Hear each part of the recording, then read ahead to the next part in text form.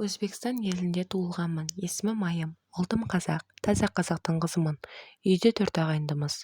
3 қыз, 1 ұл. Мен ортаншы қызбын. Әпкем мен сіңілім сұлудың сұлуы. Көздері үлкен, аққұба, ал мен бөгде біреудің қызы секілді, көзім кішкентай. Қыр мұрынды, өзім тағы апарықпын. Шашым тым бұйра, елдің ерекше қара қыз едім. Әрине, бір Алланың жаратқан пендесіміз ғой дегенмен де, тап бір өзімді бөтен біреудің қызындай сезінетінмін. Ата-анам мені бөлектейтіндей көрінетін. Күнделікті тіршілік. Әкемнің немере інісі көршіде тұратын. Өзі көп ішетін. Бүгін тағы да сандырақтап қисалаңдап біздің үйге келіп бет алды. Анам оны көре сала есікті жауып алды.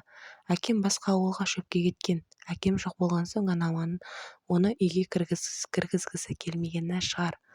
Ағам қайтадан үйіне қарай бара жатып, күннің ыстығында жерде ойнап отырған маған қарай жүріп келеді. Келді де кәмпит жейсің бе? Онда үйге жүр деді. Анама ағамның үйіне барсам болады ма деп айғайлап едім. Естімеді ме, жоқ әлде үндемей қоя салды ма? Әйтеуір тіл қатпады. Ағам үйіне кіріп кетті. Артынша бала көңірім кәмпитке ауып мен кірдім. Жеңгем төркініне кеткен екен.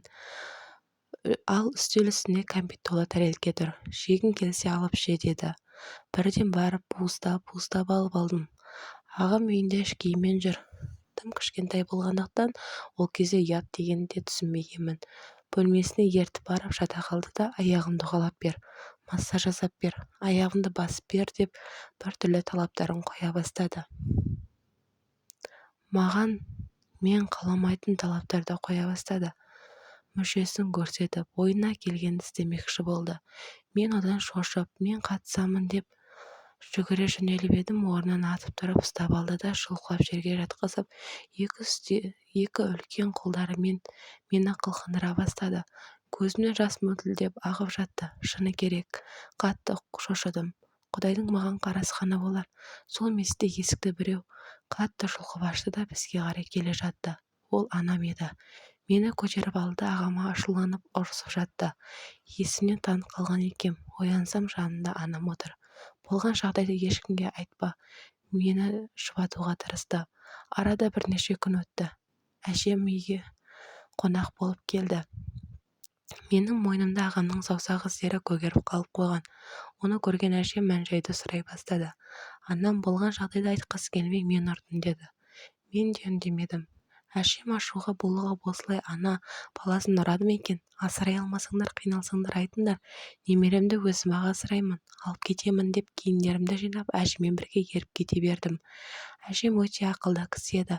Маған ақылын айтып үнемі қолпаштап отыратын. Сенің есіміңді өзім қойғанмын. Сен ертең еліңе, елеулі халқыңа қалаулы азаматша болып өсесің.